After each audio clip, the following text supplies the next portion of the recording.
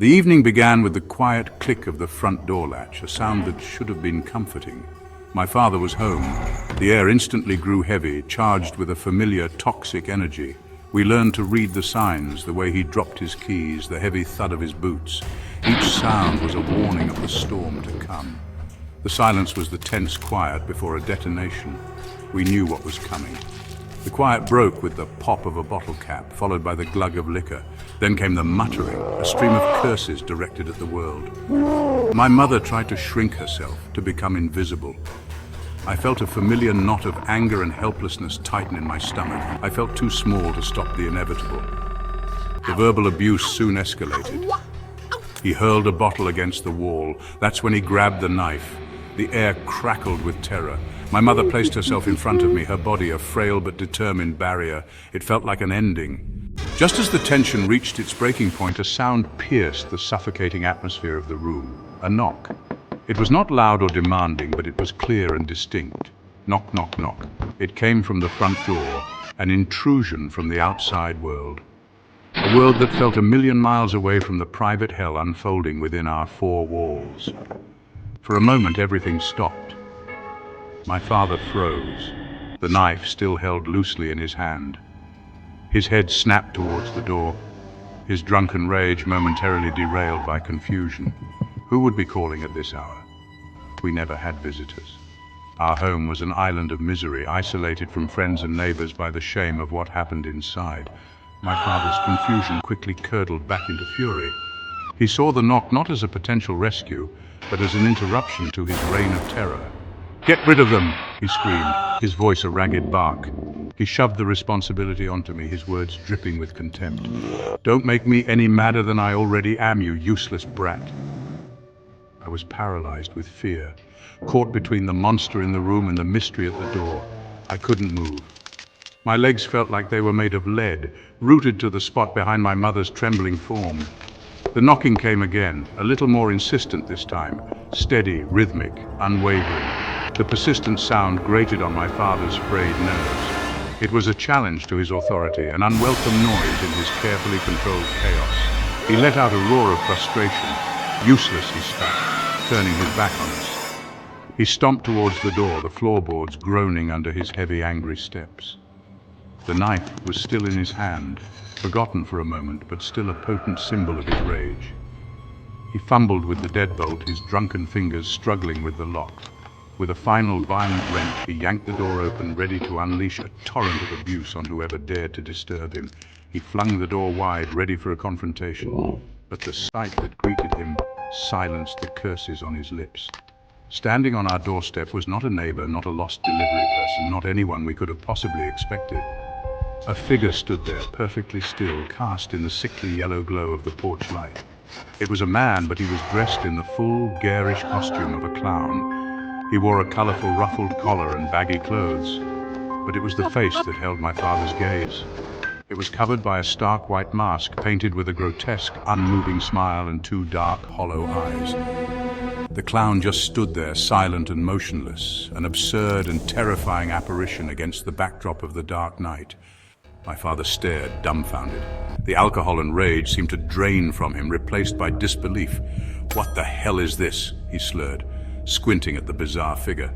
The clown didn't respond, simply standing in the doorway, its masked face a blank, smiling slate. The silence stretched on, thick and unnatural. The absurdity of it all was terrifying. A clown here now. Finally, my father's anger returned. "Are you deaf? Who the hell are you?" he bellowed. "Get off my property!" Still, the clown remained silent, its head tilted slightly. He dismissed the threat and turned his back on the clown. In that split second, the clown moved, raising a heavy claw hammer. The hammer came down, striking the back of his head with a sickening thud. He collapsed to the floor, his body twitching before falling still. And then there was silence. The clown stood over him, hammer in hand, its painted smile unchanging. The hammer struck, and the world fell silent. My father collapsed, the kitchen knife clattering uselessly away. My mother and I, frozen behind the sofa, stared at the clown standing over him. The painted smile on the mask mocked our terror, the silence heavier than any scream.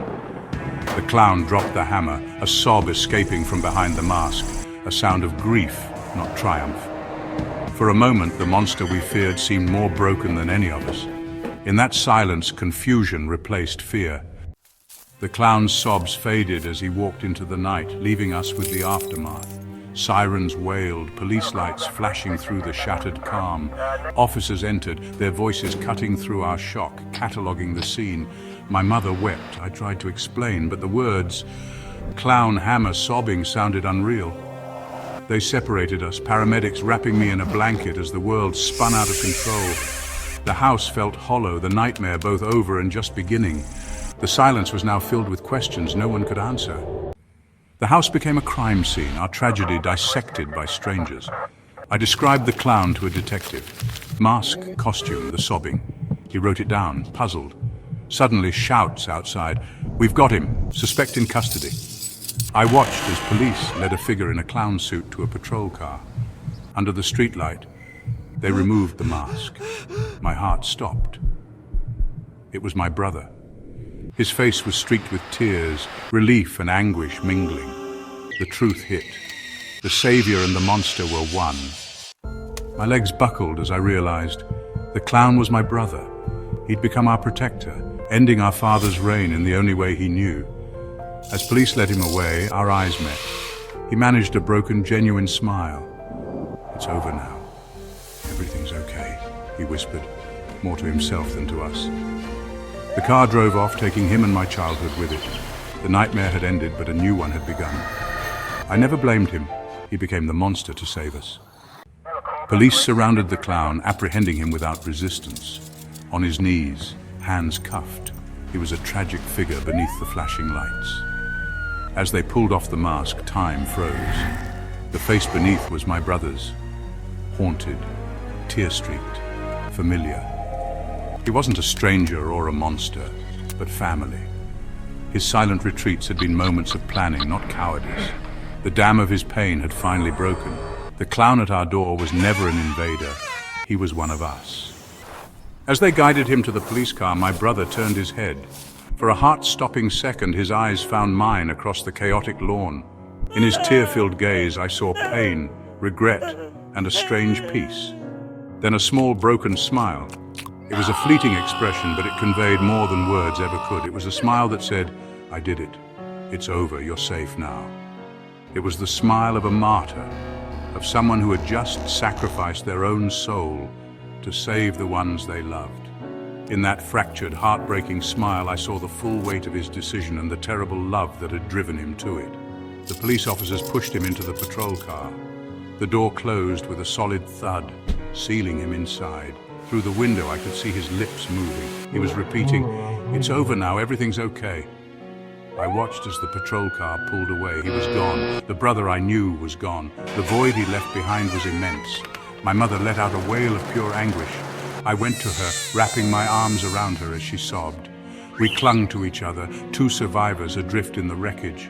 The monster was dead, but the cost of our freedom was a price I wasn't sure we could ever bear to pay. The nightmare had ended, but a new one was just beginning. In the weeks that followed, a heavy quiet settled over our house. The absence of my father's rage was a physical presence. There was no more shouting, no more shattering glass. The silence should have been peaceful, but it was a loaded silence, thick with unspoken grief. My brother was charged, and the legal process began. We were told the evidence was overwhelming, his confession, his fingerprints, my testimony. He was painted as a victim who had finally snapped. But to me, he was the boy who had wiped my tears, the brother who had taught me to ride a bike. Now his absence was a gaping wound. I carry the memory of that night with me every day. I've never once blamed him. He acted out of a desperate, twisted love, a primal need to protect his family. He decided that he would bear the sin of murder so that we could be free. The peace we now live in is a fragile, broken thing, bought at an unbearable price. The end of a relationship left a silence. For me, that silence echoed. I had just graduated from university, yet felt utterly adrift. I decided to try online dating, a way to open a digital door. My life was structured. So, when I began scrolling through profiles, I had a clear picture of what I was looking for. The digital world offers a curated version of reality. You swipe through lives, making snap judgments. I was aware of the artifice, yet drawn in by the promise of a genuine connection. I was looking for a partner, for someone to build a presentable life with. It was a superficial set of criteria, but it was what I thought I wanted. It was this precise approach that led me to him. I failed to consider what darkness might be lurking behind such a flawless digital facade. He seemed perfect. His profile showed a man with a confident smile and kind eyes. His bio was concise. He claimed to have a good job in finance, mentioned his commitment to health, and his photos backed it up. He was the complete package, the personification of my ideal partner. We started chatting, and the connection felt immediate. Our conversations flowed, moving from pleasantries to deeper discussions. He was charming, witty, and attentive, always remembering details. For a week, we built a rapport through texts and calls. I became convinced I'd found someone special. Eventually, we decided to meet in person at a restaurant in the city. The night of our date, I spent extra time getting ready, wanting to make a good impression. As I drove into the city, I felt hopeful. He was waiting outside, even more handsome in person. The evening was wonderful, the conversation easy, and he was a perfect gentleman. As we said goodbye, I felt optimistic. I started the long drive home, oblivious to the fact that the real date was only just beginning. I pulled away from the curb, my mind still buzzing from the pleasant evening. The city lights blurred past my window as I navigated the streets towards the highway. A few minutes into the drive, I glanced in my rearview mirror and noticed a familiar pair of headlights. It was his car. As I continued driving, the headlights remained a constant presence. When I passed the exit for the main highway interchange, his car was still there. This was no longer a coincidence. He was following me. Panic began to set in, cold and sharp. Instead of taking my usual exit, I stayed on the highway. The headlights stayed with me, a relentless, silent shadow. I was being pursued. I decided I couldn't go home and took the next exit. After a particularly sharp right turn, I glanced in the mirror and saw nothing but darkness. He was gone. I pulled over to the side of the road, my body trembling. Maybe it was all in my head. Time to go home. The comfort of my home did little to soothe the unease from the drive. I took a hot shower, trying to wash away the paranoia that had gripped me. The dinner had been perfect. He had been charming. The strange pursuit on the highway had to be my imagination. Back in my bedroom, I decided to send him a text. I had a great time tonight. Sleep well. Just as I was about to press send, my phone vibrated. A new message from him. It wasn't a text, it was a picture. A photo of my car parked in front of my townhouse, taken just moments ago.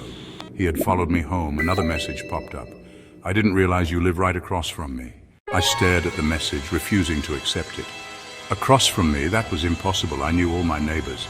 I had never seen his face here before. My gaze drifted towards my window and my heart nearly stopped. There he was, standing on the pavement across the street, his phone held up as if he was about to take another picture. He saw me looking and gave a small, casual wave. My mind raced, trying to make sense of the impossible. I felt trapped, exposed. He knew where I lived. He was right outside. I saw him approach my door.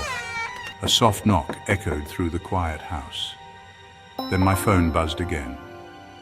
Can I come in, or do you want to come out?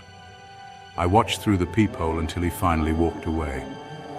Sleep was impossible that night. The sight that greeted me on my own driveway made me gasp. My car had been brutalized. The windshield was completely shattered, deep scratches were gouged into the paint, and 2 of the tires had been slashed. I stood there in stunned silence. A cheerful voice behind me said, "Good morning." And there he was, holding 2 cups of coffee, a warm, friendly smile on his face. Oh, I saw what happened. Terrible. I thought I'd surprise you with a coffee. I was in shock, my mind reeling from the whiplash of his friendly demeanor set against the backdrop of my vandalized car.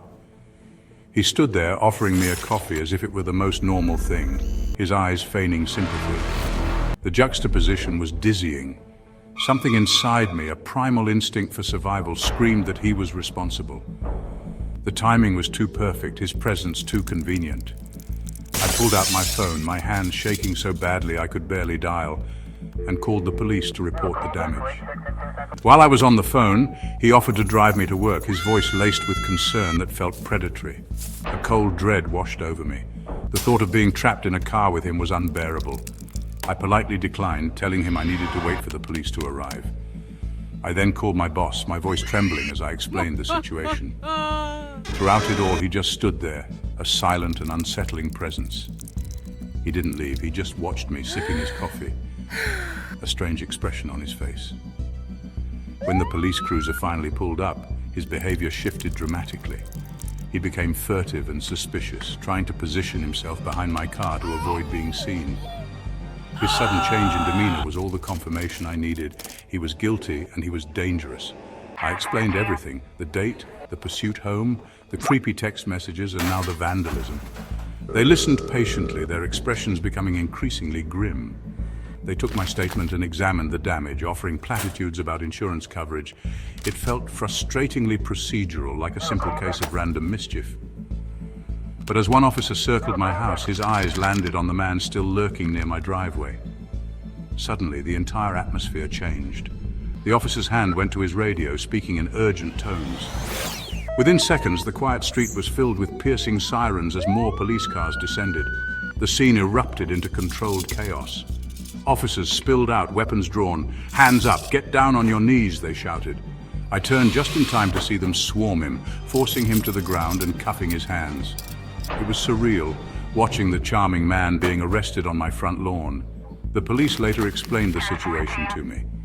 My report, combined with his suspicious behavior, had prompted them to run his name. He was a wanted man with a long history of stalking and outstanding warrants for violating his probation, fraud, assault, and weapons charges. My one nightmare date was a career criminal. The sight of him being arrested on my front lawn should have been the end of the nightmare. For a few days it was. The world seemed to settle back onto its axis. I started dealing with my car insurance, filed the police reports, and tried to scrub the memory of his face from my mind. The townhouse slowly began to feel like a sanctuary again. I told myself it was over.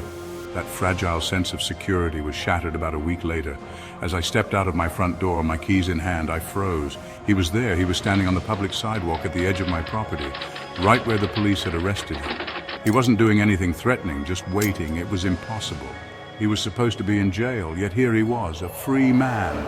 The system that was supposed to protect me had instead opened the door and let the monster walk right back out. That day at work was a blur of unfocused anxiety. I couldn't concentrate, my mind replaying the morning's encounter. The knowledge that he was out, that he knew where I lived, was a poison. I knew I couldn't go back home. That afternoon, I made frantic phone calls and found a new apartment in a different part of the city. The next few weeks were a chaotic scramble. I changed my phone number and confided in trusted friends, their support becoming my lifeline. I never stayed at my townhouse alone again, crashing on friends' couches for nearly a month, constantly looking over my shoulder. Finally, I moved into my new apartment. It was anonymous, but it was safe. The experience left an indelible mark. My brush with online dating became a cautionary tale of the hidden darkness that can lurk behind a perfect profile. I will never date online again. The trust I once had has been permanently shattered. These stories are testaments to the fragility of safety, that the most chilling monsters are the people we trust.